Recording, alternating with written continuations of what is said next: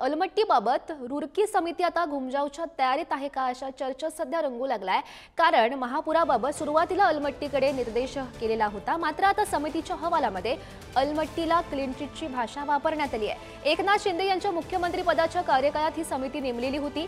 महापुराला अलमट्टी आणि हिप्परगी धरणाचे बॅक वॉटरच कारणीभूत असल्याचा प्राथमिक निष्कर्ष निघालेला होता। आता मात्र अलमट्टी आणि महापुराचा परस्पर संबंध जोडता येणार असा सूर हा बघायला मिळतोय।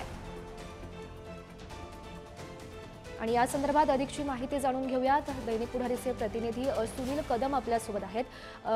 सुनीलजी, काय अधिकची माहिती आहे या संदर्भातली? 2019 साली महापूर आल्यानंतर वडनेरे समिती नेमलेली होती या महापुराची कारणं शोधण्यासाठी।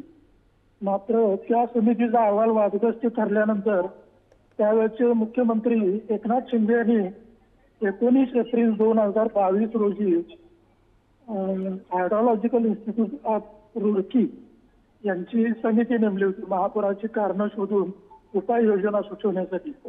त्या समितीनं सांगलीपासून अलमट्टीपर्यंतची पाहणी करून ऑगस्ट 2023 मध्ये आपला अंतरिम अहवाल दिलेला होता। त्यामध्ये त्यांनी अलमट्टी हिप्परगीसह कर्नाटकातील काही पूल आणि बांधकामं महापुराला कारणीभूत ठरत असल्याचा अंतरिम अहवाल दिलेला होता।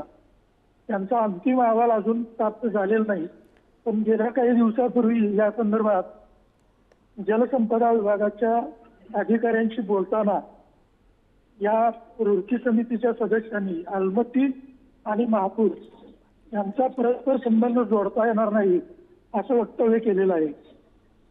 म्हणजे सुरुवातीला अलमट्टी जबाबदार आहे असं म्हणलं रुरकी समिती, आता अलमट्टीचा आणि महापुराचा संबंध जोडता येणार नाही असे म्हणू लागलेले आहे। त्यामुळं या समितीच्या सदस्यांनी घुमजाव केलं की त्यांना कोणी घुमजाव करायला भाग पडलं अशी चर्चा सुरू झालेली आहे।